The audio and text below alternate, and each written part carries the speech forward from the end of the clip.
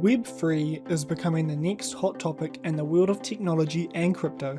However, not everybody understands what Web3 is, let alone Web2 and Web1, and it can be rather difficult to get a proper answer.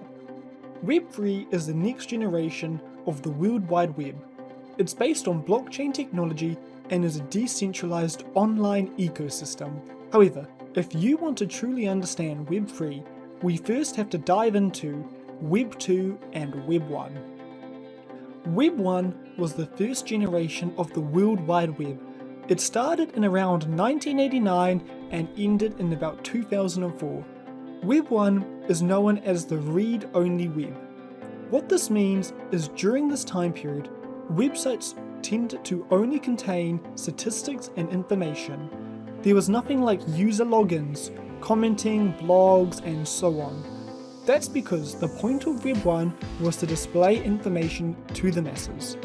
Another critical factor of Web 1 was there was a very few content creators due to the internet being less popular and less user-friendly at the time. Also, advertisements on websites were not overly common, and targeted advertisements simply didn't exist. However, this all changed around the year 2004 when Web 2 was introduced.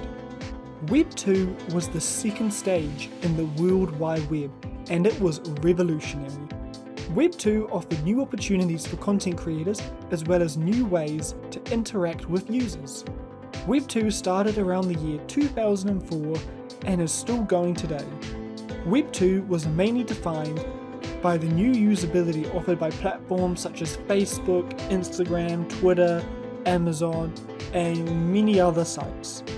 Along with these sites and the new usability came a way for content creators to make money, and that was with targeted advertising.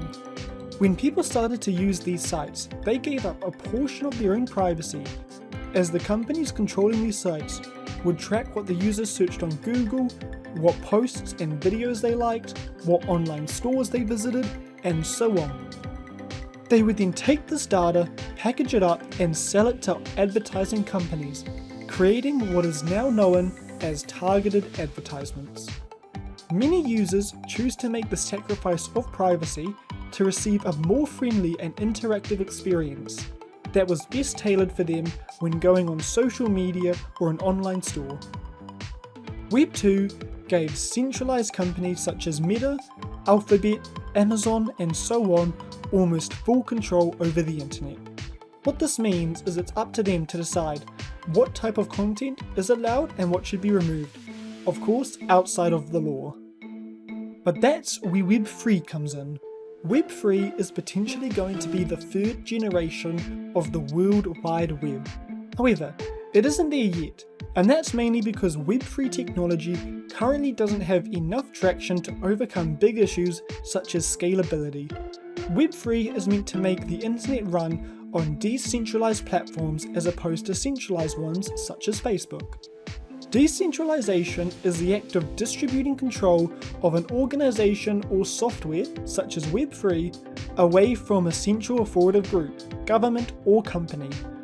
What this means for Web 3 is that no individual company would have control over the platforms and sites.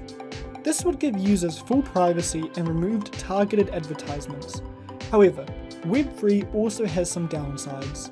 With no group or company having total control over these platforms such as Web 3 social media, it makes it rather difficult to censor things such as hate comments and criminal activity.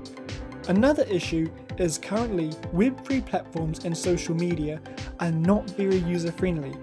With a site like Instagram, you create an account in a few minutes and you're good to go.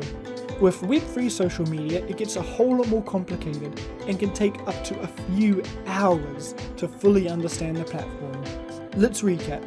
Web 3 gives users their privacy back, removes targeted advertisements, and gives no individual or company control over what is and isn't allowed due to decentralization.